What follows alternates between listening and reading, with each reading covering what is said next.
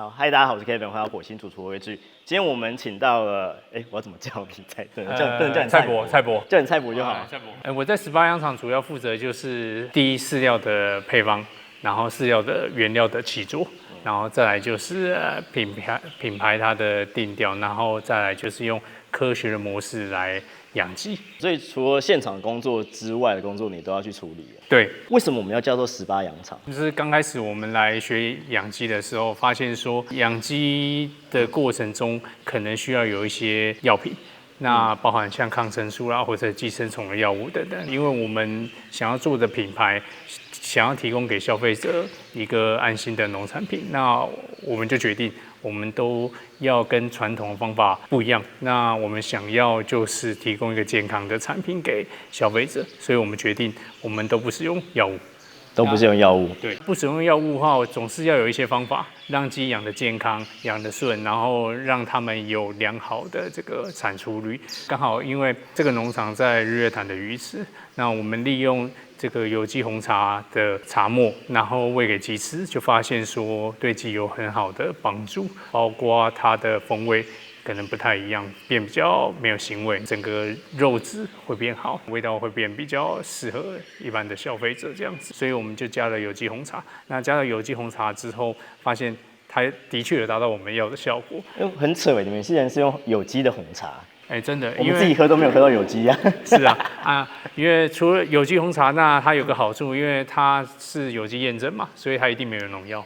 那喂给我们的鸡吃，我们也安心，因为这个我们使用台茶18号的这个红玉红茶，所以我们就想到，那不如就叫18羊场。所以是用台茶18号这个品种，有机栽种的红茶。对，有机农法，所以就是这个红茶。是。你们给鸡吃就这个品相了吗？真的。所以不是茶梗。不是。当然也有茶梗，但是也有茶叶。可是这个已经就是一般在喝的一个等级了吧？真的。所以扯鸡比我们人好命。你们很扯就真的是红茶，而且反正来你们这边参观的话，你们都会泡红茶给大家喝。真的，对啊。我刚喝，我真的觉得超好喝，我真的觉得味道还不错。我很喜欢，因为我们住在都市里面大部分都喝茶，如果不是特别喜欢品茶，你就是喝摇茶。是。就是摇茶就是那个味道，对，摇茶就是那个味道，就会有点香精味。可是这个就是非常的纯净的味道，就这边种的吗？对，这个是日月潭我们当地的茶农种的，然后经过有机验证，所以你们就把它磨细，然后再加到饲料里。对，我们把红茶加到饲料里面，我们有经过一个研究，我们有黄金比例，那利用这个黄金特殊的比例不但可以达到经济效应，不会增加它过多的成本，然后但是却可以让鸡肉的品质提升。我们养殖的品种是白肉鸡。白肉鸡，大家都会有一个迷思，就是说它要打什么抗生素所以才会长那么快那其实我以前的节目也都讨论过，其实就不是这样嘛。是。对，事实上就是它本身的品种就是长得快，然后现在饲料的技术也变好了，对不对？不过我看你们的鸡比人家的鸡大很多。所以你们饲养天数是不一样的吗？以往的那个大众传播都会被一个迷思骗了，就是说白肉鸡都有打生长激素，对，甚至是一般的鸡肉都是有打生长激素，那才能达到上市的体型。那其实这是一个完全错误的观念，这世界上没有一只鸡是打过生长激素的，因为完全不符合经济效益。贵。对，那在这个产业里面会使用的药物，通常都是预防性的投抗生素在饲料或是饮水中，但是这其实是一个不是很适合的方法，因为鸡还没有生病的时候，它就吃了抗生素那这在长期来讲会衍生抗生素滥用的问题，然后会让真正有疾病的时候，这些抗生素却没有疗效了，就有所谓的抗药性。对，那我们的鸡虽然是白肉鸡，一般的白肉鸡大概养到30到35天是合法达到一个比具有经济效应的上市体型，大概是2公斤出头。那我们为了追求白肉鸡它有更好的肉质，我们把它养到3公斤多，又很大对，一般大概1点多2公斤。对2公斤。你们的鸡比人家多1/3，多一半，多一半。我们鸡应该是全台湾养最大的白肉鸡的农场。对，因为白肉鸡可以养很大，可是它就是要吃更多的饲料，其实经济性就没有那么好。对，但是我们会获得一个很好的肉质的体验。在白肉鸡和土鸡来讲的话，我们白肉鸡本身的肉质就比土鸡软，那一般消费者可能会觉得白肉鸡可能没有嚼劲啊，或者没有那个口感。但是我们把它养到45天到50天，那个白肉鸡都达到3公斤的上市体型的时候，那它的口感就会介于白肉鸡和土鸡之间，所以不但保有原本白肉质 Q 的弹性，然后也不会有肉质比较硬的情况发生。等一下，一般的白肉鸡是养28到32天，是。那你们那是养到45到50天。你们有事吗？为什么要把白肉鸡养到这样？因为白肉鸡大家通常觉得价格比较拉不上去，所以大家如果要养到这个天数，大家宁愿去养可能仿土鸡之类的，可是他们可以在市场上卖比较好的价格。可是你们愿意把白肉鸡这样子去养？是我们应该是全台湾第一个使用这个养法的方式。第一个，我们让它慢慢的成长，我们不会去强迫每天一直喂它，是要让它想让它把它成大。那我们让它快乐的在这个时间长，也有后面的育成期，让它慢慢的育肥，所以加长10到15天，大概是2周的情况，让它的肉质会达到我们想要的，又 Q 又弹，然后又没有腥味。而且你养久的话，它本身的风味的累积也会比较多。是。对，应该，而且你们有加茶叶，对，味道应该会比较不一样。因为白肉鸡以一个风味的载体来说，它非常的空白，所以你加什么饲料会很快的影响到它的风味，因为它本来就很没有味道。对，但你第一个去掉腥味之后，剩下就是把风味加进去，就会差很多。以我自己在做料理的话，我会很喜欢这种东西，因为它很容易去承载我想要的东西，我不需要去剔除掉别的东西，我不需要把腥味去掉。对，我可以把它去很自由的去赋予它的味道，不需要去考虑除腥这件事情。主持人讲到一个重点了，因为我们传统的白肉鸡养法都是希望它在很短的时间之内达到可利用的经济体型，那所以我们在饲料配方上就会希望它多长肉，所以会加入比较多的动物性的蛋白质，让它长肉比较快啊。对，吃蛋白质长肉嘛，很合理。但是我们为了不让它长那么快，而且希望它的肉质的风味达到我们理想的这个状态，我们会在饲料选择上会具有很特殊性。譬如说，我们完全不加动物性的蛋白在我们饲料，完全不加，完全不加，完全不加。我们的饲料组成很单纯，就是玉米占了50到60%，然后黄豆占了40%。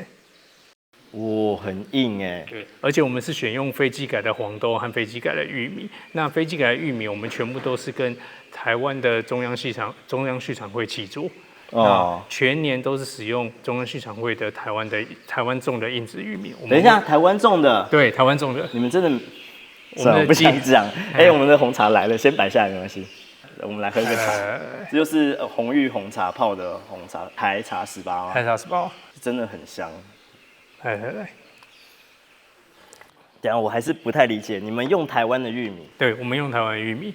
那你们到底有什么问题？其实这个听起来很疯狂，因为用台湾玉米的过程中，我们是想要达到2个最理想我们的目标。第一个目标就是完全使用本土的栽种的作物来源作为我们鸡的食物，减少碳足迹。那一般的玉米，所有的饲料玉米都来自美国、阿根廷、巴西等国家，那他们必须经过非常长时间的碳里程的运输过程，碳排放会很高。那我们如果能使用当地我们种的玉米，让我们的鸡吃的话，第一个我们就解决碳排放过量的问题。对。台湾是不能种植基改作物，所以在台湾种的硬质玉米一定都是非基改的。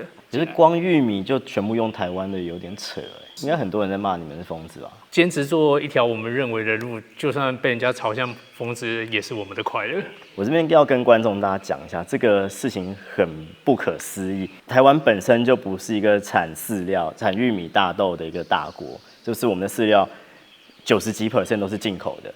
对，然后这边有疯子在用台湾的饲料，你们自己应该知道你们自己很有事吧？是啊，我们自己觉得我们是一个属于理念型的公司和农场，很多时候其实不一定是考虑经济效益，我们反而是达成自己想要的理念。那我们也希望传播给消费者，那希望他们认同我们的做法和想法。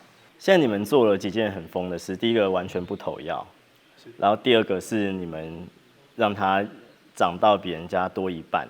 多50%，对，人家2公斤，你们3公斤，然后再来你们用台湾的饲料，你们是不太正常的，你们知道吗？这比做有机还不太正常。这听起来有点疯狂，但是有机它还可以从国外进口有机饲料。对，但是听起来很疯狂的梦想，往往如果达成它，大家都会很有成就感。人家通常梦想是什么环游世界啊什么的，你们是拿来养鸡？是我们希望，这不太正常啊。18羊场养出来的鸡，它最适合怎么样的料理方式，或是偏向哪一类的料理方式？其实基本上我们18羊场出来的鸡，应该都能够接受90%以上的料理。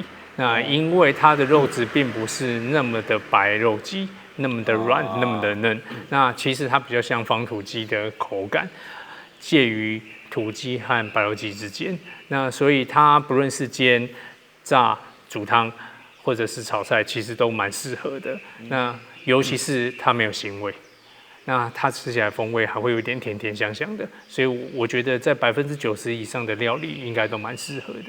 因为白肉鸡一般来说，它在设定的时候，它的料理方式就是炸跟煎，然后水煮，是，或是像美国欧洲很喜欢烤整只全鸡。那因为它就是适合这些的高速加热的料理方式，然后不会硬，不会柴硬。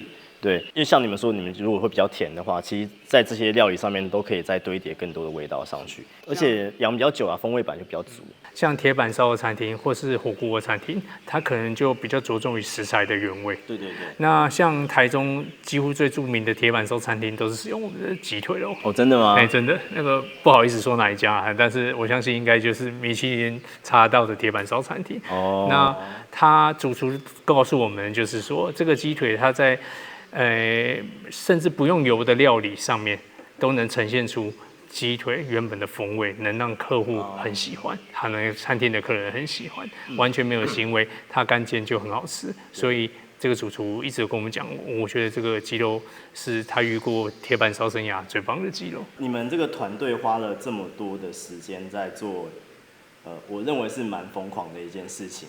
那其实你们有一点点就是把社会的责任放在你们企业上，有点社会企业的感觉，对不对？是，其实那个企业社会的永续责任，对我们来讲，一直是我们经营公司和这个品牌很重要的理念和目标。其实我会一直跟我们消费者讲说，我希望你们相信我，因为我是完整的，我们的团队也是完整的。